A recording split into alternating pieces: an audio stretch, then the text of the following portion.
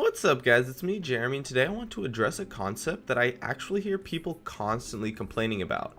What to do when your teammates are completely stupid. Okay, no, I'm not talking about if they're just feeding or making a few mistakes. I'm talking about when they play absolutely terribly, refuse to listen and communicate, and otherwise ignore all of your efforts to carry them, pretty much just short of going AFK. Now, I've already addressed how to deal with ragers in a previous video though, so I won't be going over that. But I will be focusing on how to win a game if you have one or more teammates that feed and then hinder your efforts to try to carry them by doing things such as ignoring calls and refusing to communicate. Before I get into any of this, I must mention that I strongly encourage duo queuing in ranked play. It really just reduces the amount of trolls by a ridiculous amount, and it makes it a lot easier to carry. If anything, you just know that the person that you duo queued with is going to listen to you. But of course, this video is not about duo queuing, it's about carrying your horrible teammates that you have no clue how they ended up in their division. The first thing to note is that to have a good chance of winning, it is absolutely crucial that you win your lane. If you can't win your lane, try to win someone else's lane. It becomes pretty much impossible to carry when the score is like 2-20, but if the score is like 8-15 and you're 4-0 or better, you can create a lot of opportunities for both yourself and your team. This also creates a dynamic where it's much harder to solo carry when you are playing bot lane, because your lane unfortunately relies on another player, but you just have to play the best you can. After you've won your lane, assuming that all attempts to make calls and communicate have failed, and if they haven't, you should focus on that instead, as it's much more likely to help you win. But when you're totally out of luck, and even though this doesn't happen nearly as often as people say it does, especially if you duo queue, it still does happen. Solo carrying is of course different for each role. If you can split push, I definitely recommend doing that, as it's an amazing way to generate pressure. Split pushing is probably the best way to carry by yourself. You do need to be extremely aware of your team though, so that they don't fight 4v5, or if they do, you can at least get multiple towers or an inhibitor.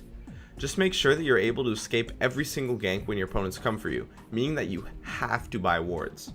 If you're a duo queue, you can roam together and try to make plays with the two, or hopefully more than two of you if your team decides to follow you. If you win your lanes, you can likely 2v3 some people as well, as long as you're aware of everyone's strengths. If you can't split push, and this is kind of mainly for supports, but also applies to other roles as well, one thing you can do is buy a ton of wards and constantly ward every area on the map. Yeah, you will be weak from the lack of items, but the vision will be a huge advantage for your team. Throughout this, it's important that you at the very least try to communicate with your team, and do not rage at them. Pings can often be a good way to communicate with people who don't listen, and maybe sometime through the game they will start to listen to your calls. However, if they still refuse to communicate, and you are somehow in a situation where you cannot split push, ward heavily, make calls for your team, or are a duo queue, you have one remaining option for you to try to do, and that is to catch out a member of the enemy team. This isn't always possible, but you could start an amazing fight if you land that clutch Darius hook or Tark stun or whatever onto your opponent's 9-0-80 carry to insta-give them. Or you can create a 4v5 situation if you can catch someone out from roaming or with the lucky ward, or from something else as well. You need to try to eliminate mistakes your team is making while waiting for your opponents to make one themselves. It likely becomes a good idea to stick with your teammates at this point, as there won't be much you can do alone, and remember to continue to try to communicate with them. And only by retaining a positive attitude while also never giving up will you have a good chance of winning. Also, don't go on tilt if they are raging at you.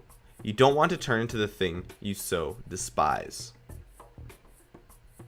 So, that's it for my advice on what to do when your teammates are totally stupid. I'd love it if you could support me with a like or some feedback in the comments, and if you have any questions, I would absolutely love to see you in the comments too. Also, I've made a Twitter and a Facebook page, so I'll have links in the description if you want to follow me on those.